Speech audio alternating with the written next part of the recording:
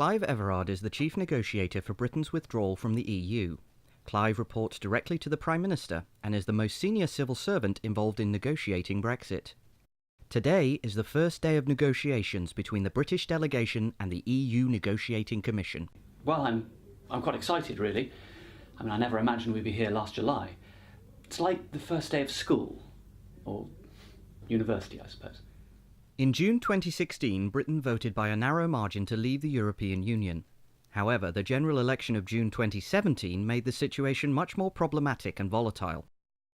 At the time of the referendum, Clive was the only trade negotiator in the Foreign Office, as most of Britain's trade was handled by a joint EU commission. As the only specialist negotiator in the building, Clive was thrust right into the heart of Brexit. It was a very scary day. I was called to speak to the Foreign Secretary and told I had to start planning right away. It was a bit intimidating, really. I'd basically been there to cast an eye over new trade deals. Suddenly I was in charge of negotiating Brexit. As well as adjusting to his new position of authority, Clive's new job has affected life at home and relations with his partner. Honey, I'm home! What? Nothing. I've returned. You never call me honey. What's happened? I got promoted. You're looking at Britain's new head negotiator for the withdrawal from the European Union. Now, it's really not that bad.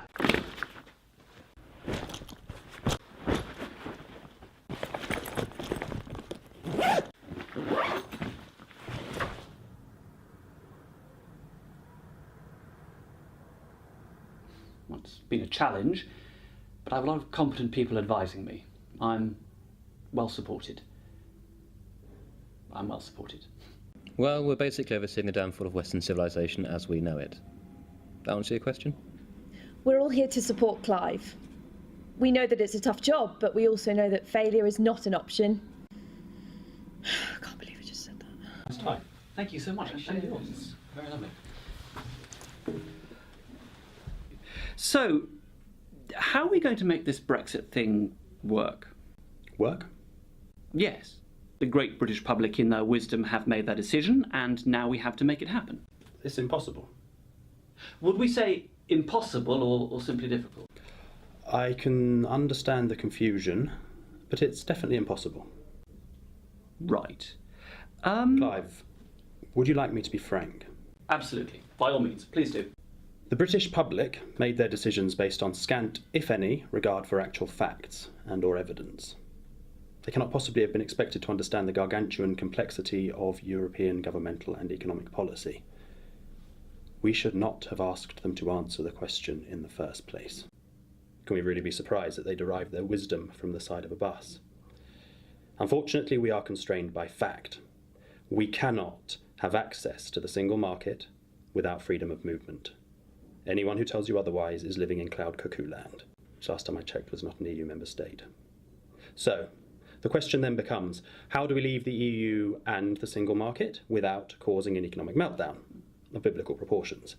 And unlike those who need no recourse to facts, I do need to use them as a basis for the opinion that this is, in fact, completely impossible.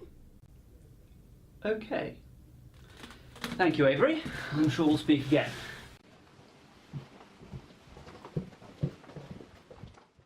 As well as deep divisions within the government, Clive has to deal with strained relations with the European Union. Incendiary statements by cabinet ministers and some European leaders have led to fractious initial meetings and a lack of goodwill on both sides. Most of our colleagues in Europe have been very supportive. There's a real sense of camaraderie, of cooperation. We're all pulling together to solve problems.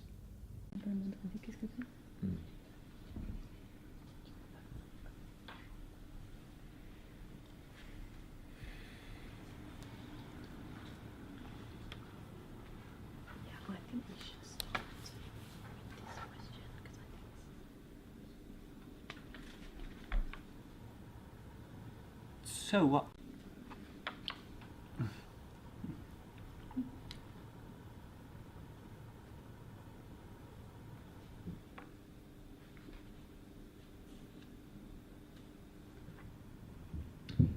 So, I thought it might be best if we could sketch out our respective positions. In broad terms, how do you see this process going?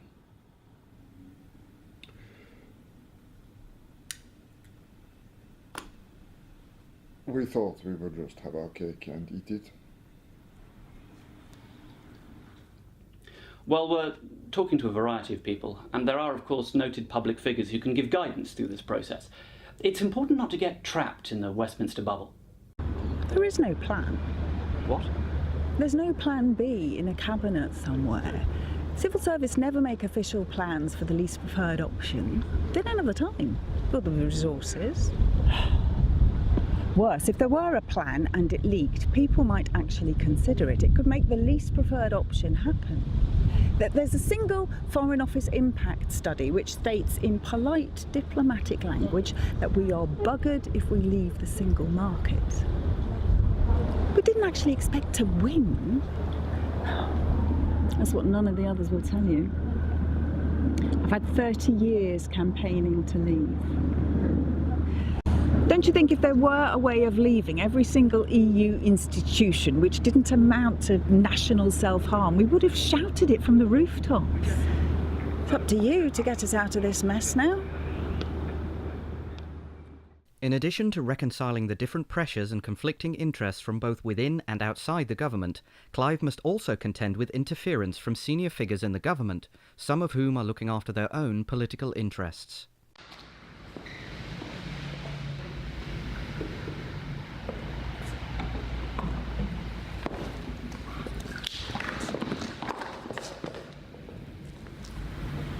What did he say? I'm not quite sure. You had a 30-minute meeting. You telling me he didn't say anything? Oh, no, he said a lot. I'm just not entirely certain what all of it meant. Oh, God, he wasn't in full Churchill mode, was he? Never having actually had a meeting with Winston, it's difficult to say. It's all a bit of a blur. Some of it may have been in ancient Greek. So he didn't give you any guidance? I think there was some. He just contradicted all of it later on. Worked for him when he was Mayor of London. Well, maybe it means that he's taking a hands-off approach, that he trusts me to deal with the issues. Or he wants to be far enough away when you land on your arse. Right.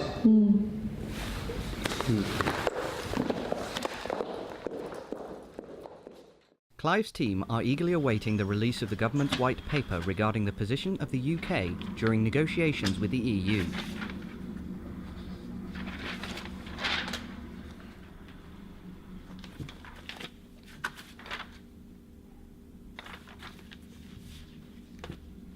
Is that it? They said it was going to be brief.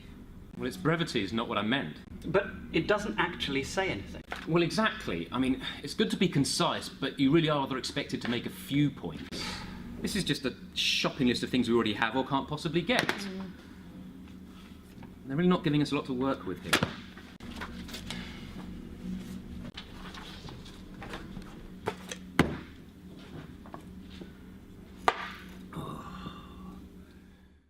There are also concerns from Leave campaigners that the UK government's approach to Brexit may fall short of their expectations. Many are demanding an immediate hard Brexit. You see, Clive, now that we're out, we've got to, do away with all this red tape. Get rid of all these workers' rights and push forward with this entrepreneurial paradise, yeah? We could be the European Singapore. So a tax haven with a rocky democracy then? But won't that hurt working people? Well, fuck them, they voted to get fucked. And that's what they're going to get, yeah? And no lube. And no lube fucking.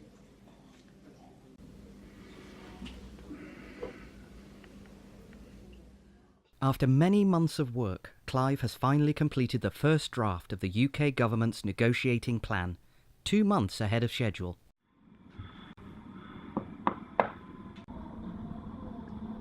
She's called a general election.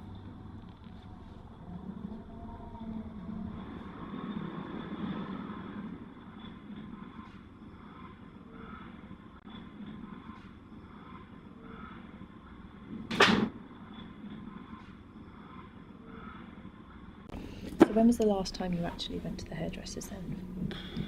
Probably about 2009. Yeah, I mean, same sort of thing for me, because I find that I can just cut it myself. Yeah. Because no one's going to know that one is longer than the other. You can have it between hair, so it's kind of got the whole thing of like, you go to one hairdresser and they want to shave it, and you go to another hairdresser and they want to... They always brush it. They always brush it. It's excruciating. Yeah.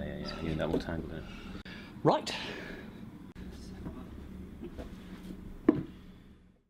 Well, David, it's clear that Theresa May's gamble has backfired. The exit polls predict that the Conservatives will fall short of a majority, although they will still be the largest party. What this means for upcoming Brexit negotiations remains unclear at this time. After the 2017 general election and the resulting hung parliament, the Conservative Brexit Secretary has discreetly asked Clive to meet with Labour and Liberal Democrat representatives in an attempt to forge consensus. So, I'm trying to include everyone in these discussions on our Brexit negotiating position. After all, my department doesn't claim to have all the answers. So, before we make our recommendations, we're trying to get as many suggestions as possible. Suggestions? Suggestions? Yes. I'm sure your party has a position on the issue or some suggestions. Oh, right. Well, of course, we have several suggestions. But I'm afraid I can't tell you what they are. You can't tell me? No. I'm afraid that because you serve a Conservative minority government, we have to oppose everything you do. We can't tell you how we would handle things. We might actually, do what we suggest. You do understand our situation. Right. You want our suggestions? Yes. On how to leave the EU? Yes. Right, okay. Sorry, you just caught me a little by surprise there. Right, well, off the top of my head, and this is just the first thing that springs to mind after what you've just asked. Any suggestions are welcome. Right, then in that case, Clive, can I call you Clive? Of course, please do. How about...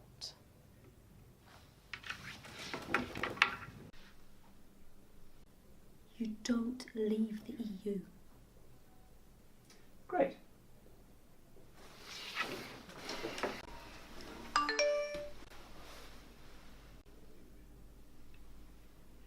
just going to head back to my office now.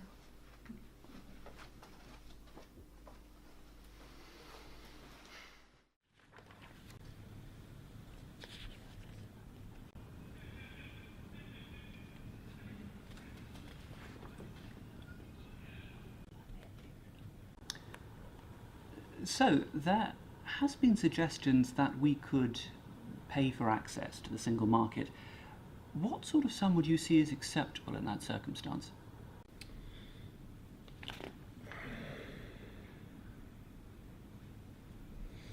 £350 million a week should do it. Clive has faced resistance in many quarters, and despite his best efforts, it is not clear he will be able to hammer out a strategy for the negotiations.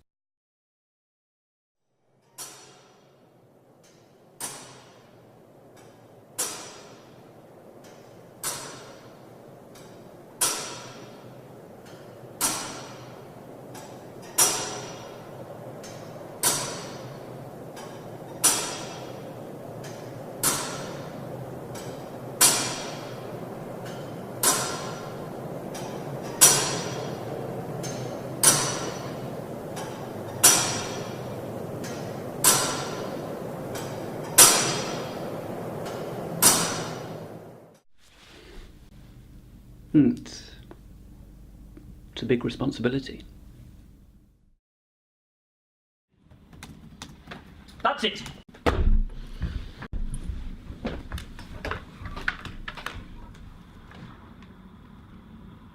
We have a problem.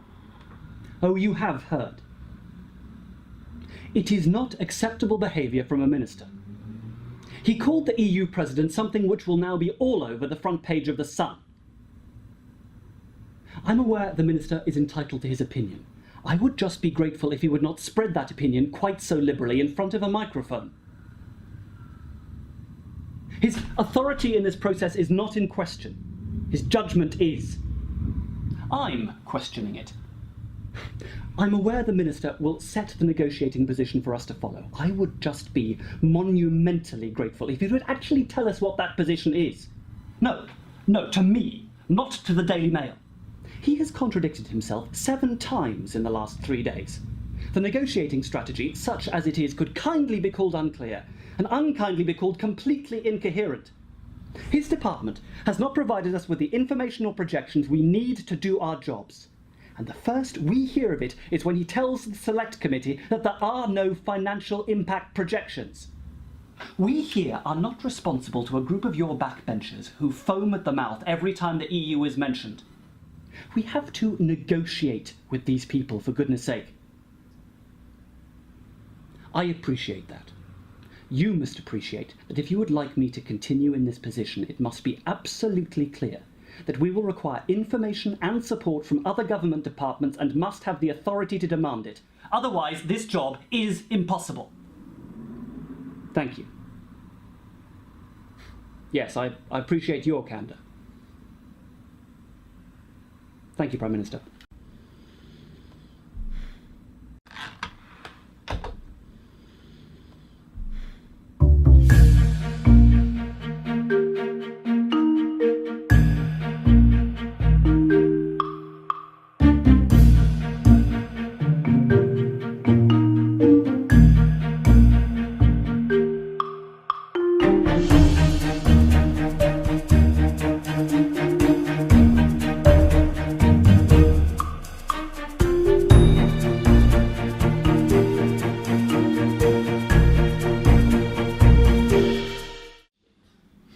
Never have I ever called up the Prime Minister and had a go at her down the phone.